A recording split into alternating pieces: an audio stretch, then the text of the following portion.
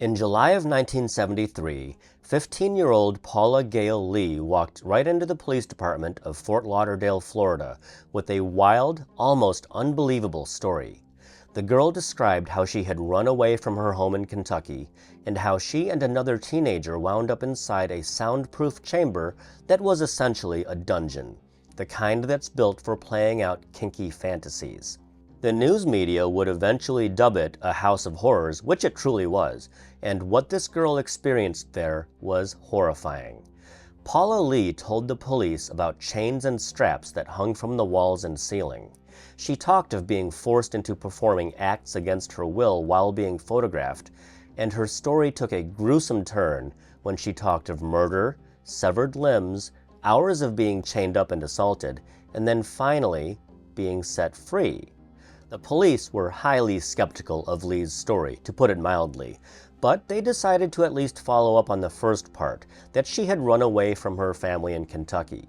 They called Lee's mother in Frankfort, Kentucky, and learned that Lee was indeed a runaway.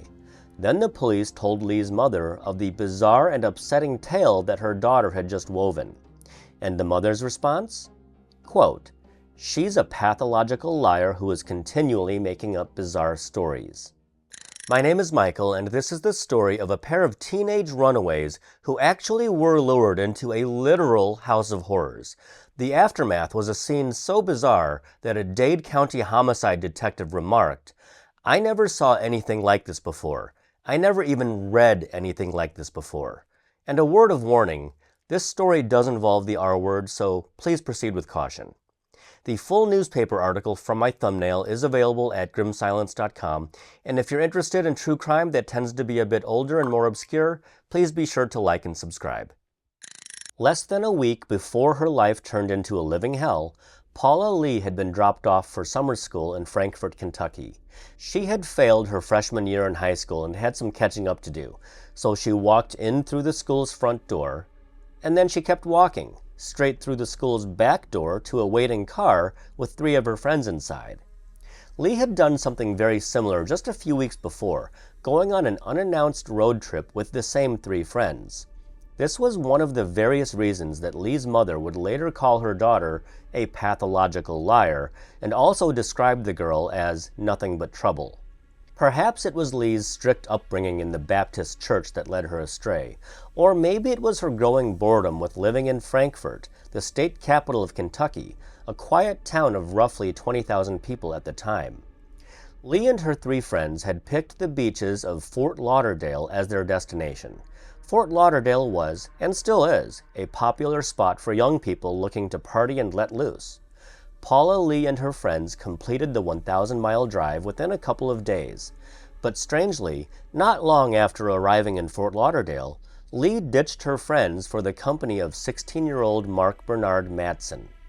Lee and Matson were both described as runaways in the media, and Matson had actually left his home in the small town of Washington Courthouse, Ohio, just 1 day before Lee departed Frankfort. But unlike Lee, Matson was described by many as a quiet kid who rarely got into trouble. He had friends, but mostly kept to himself. He was a churchgoer of the Christian Union denomination, and he had a part-time job in the circulation department of the Record-Herald, a Washington courthouse newspaper. Nobody ever suspected that Mark Matson, of all people, would suddenly run off to Florida for no apparent reason, but that was exactly what he had done. After learning that he had skipped town, Matson's parents believed he was going to visit his brother in Ocala, Florida, a 4-hour drive north of Fort Lauderdale, making it all the more curious how he ended up hitchhiking near the beach with Paula Lee. News reports didn't state how Mark Matson and Paula Lee had met or where they were trying to go when a white van stopped to pick them up. The driver of the van told the teenagers that his name was Eric, and he asked the teens if he could hire them to do some work around his house and yard. They accepted, and about an hour later, they arrived at what appeared to be a neat and tidy little home nestled on a pleasant residential street lined with other neat and tidy homes. The driver of the van, Eric, was a 44-year-old Dade County building inspector whose actual name was Albert Brust. He pulled his van into the garage and immediately led Matson and Lee into a small windowless room with a steel door. The kids didn't realize until it was too late that they had been lured into a trap. The ceiling was lined with thick metal, and from it hung chains, padlocks, and straps. In the center of the room sat a red plastic chair and footstool, which police said were designed for abnormal adult activities. Obscene messages, which could only be seen under a blacklight, were written in luminous paint on the walls, where more chains and straps were installed. Albert Brust's Chamber of Horrors was heavily fortified with cinder blocks and 5 inches of wood, with 6 inches of foam lining the interior. The thick walls and padding of this chamber had been installed to make the room soundproof, which it most certainly was. In fact, the interior of the entire house was lined with a thick layer of foam padding. Nobody outside the house would hear what went on inside, no matter how loud the screams. Had Brust given his teenage visitors a tour of the home, they would have seen explicit drawings on the wall of the bedroom, a bathroom wall covered with nauseatingly explicit photos, and some very adult literature by the infamous Marquis de Sade. The teens, however, saw none of this. Brust had successfully led them into a 4-foot by 8-foot trap, and right now is a good time to warn you that what comes next may be upsetting to some. Once the teens were inside the chamber, Brust produced a gun, a .38 caliber Smith & Wesson pistol, and ordered Matson and Lee to disrobe. The two were then ordered to perform a variety of indecent acts while Brust stood by and photographed the whole sordid affair. At some point, 16-year-old Mark Matson decided to take action. At 5 feet 9 inches tall and weighing just 150 pounds, Matson wasn't exactly an imposing figure. His captor, Albert Brust, wasn't a big man either, but Brust had a gun. According to Paula Lee, Matson attempted to attack Brust, who quickly pulled out his gun and shot Matson 3 times, 2 of the bullets striking Matson in the head and chest. Brust removed Matson's head, hands, and legs, probably in the bathroom, as this is where he then entombed the remains of the teenage boy in cement 3.5 feet deep. When Brust went back to the soundproof chamber, he reportedly R-worded Paula Lee multiple times over a period of at least 22 hours, with some reports saying she was subjected to these assaults for upwards of 34 hours. Brust could have easily done away with Paula Lee at any time, but as a self-professed intellectual who fancied himself a philosopher of sorts, Brust made a very surprising decision. He released Paula Lee. He told the girl, quote, "I have taken a life. I am going to give you yours. A life for a life." He also issued the considerably less philosophical warning that Lee had better forget about him for the rest of her life or he would kill her family. And then he dropped Lee off in Fort Lauderdale, near the area where he had first picked up the 2 teenagers. Highly distraught and fearing for her safety, Paula Lee ignored Brust's warning and went straight to the police. Unbeknownst to Brust, she also had Mark Matson's wallet in her possession for some unknown reason. While telling police officers the macabre story of what she had just been through, she also gave them Matson's wallet. But upon learning of Lee's penchant for lying, as described by Lee's own mother, police filed her report away and dismissed her. But they also had a duty to return the lost wallet to its owner, so they got in touch with Mark Matson's relatives back in Ohio to report that the boy's wallet had been found. While Paula Lee's mother seemed unsurprised that her daughter was 1,000 miles from home and telling stories about a maniac in a dungeon, Mark Matson's parents were alarmed by the disappearance of their son. Prior to Lee's visit to the police station, Matson's parents had driven down to Ocala, Florida in search of their teenage boy.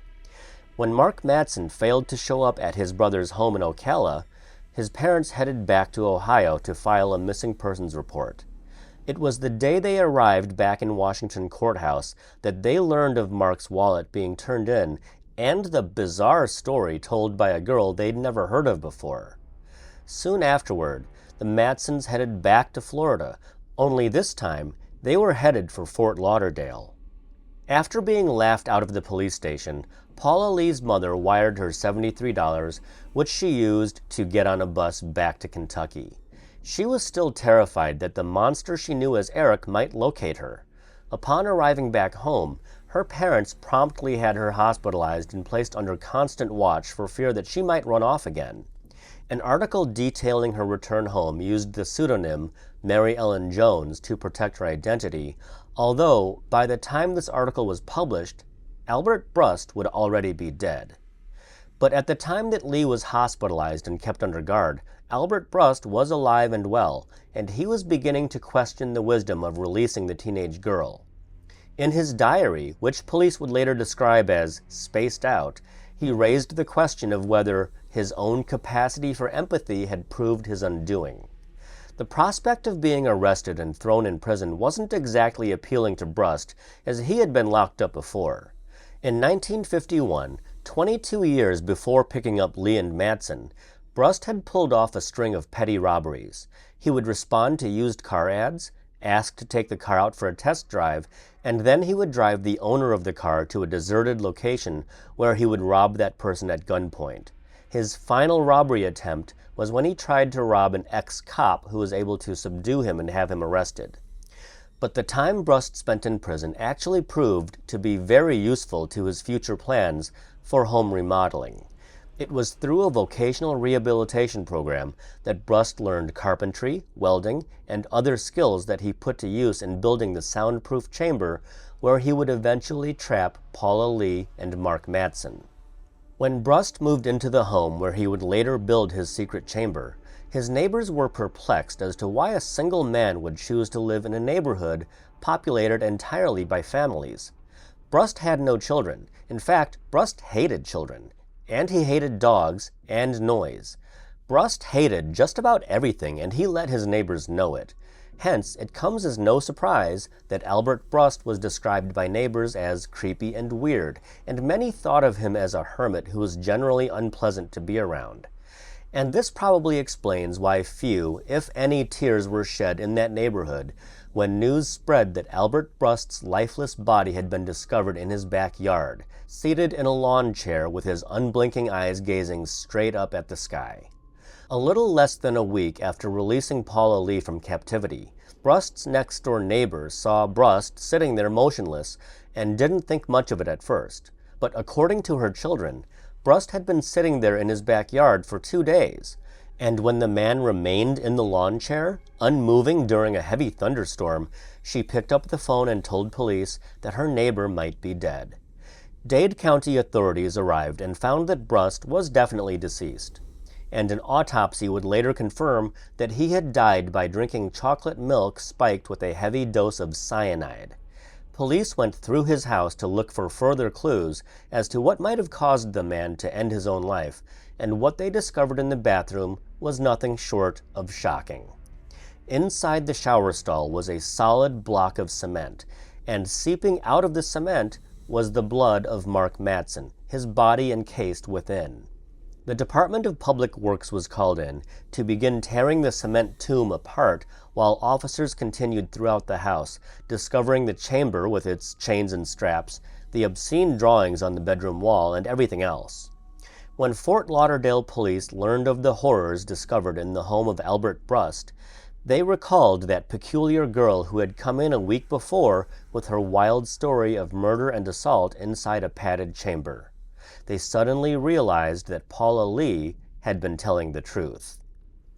Dade County officers also discovered the diary of Albert Brust, in which he described seeing the blood seeping out of the concrete and conceding that he had, quote, miscalculated.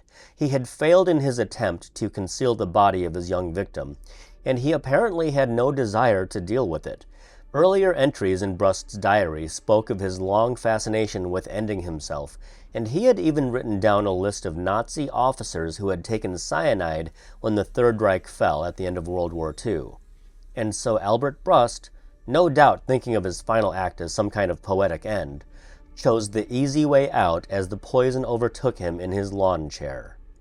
Mark Matson's parents, who were completely overcome with grief, took their deceased son's remains back home to Washington Courthouse, Ohio. Over 175 friends, relatives, and classmates attended his funeral. During the service, Reverend Robert Klein recalled some oddly comforting words that a detective had said to Mark's father. The detective told Mark Matson's father, quote, "At least he was a man about it. He tried to protect the girl. He was a man about it."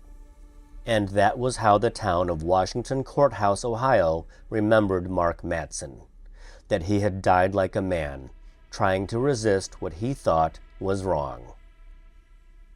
What Paula Lee experienced at the hands of Albert Brust is bound to leave deep scars, and I hope she was able to recover and go on to live a fulfilling life. Also, condolences to the family of Mark Matson. As the Reverend said, he went down fighting, which I'm sure took an enormous amount of courage. I would love to know what your thoughts are on this whole thing, so please comment below, and thank you for watching.